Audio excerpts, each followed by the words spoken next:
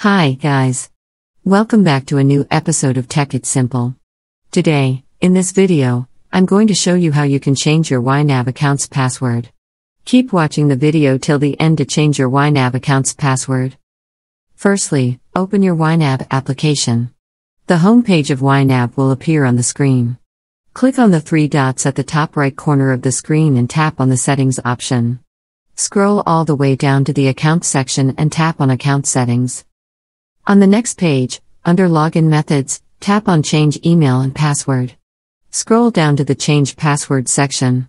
Enter your current password, create a new password for your YNAB account, and click on Change Password. Tap on the Show option to check if you have entered your password correctly or not. This is how you can change your YNAB account's password quickly and easily, just in a few steps.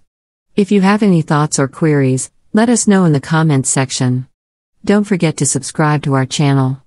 Also, press the notification bell icon so that YouTube will notify you whenever we post a new video. I hope this video was helpful to you. Thank you so much for watching.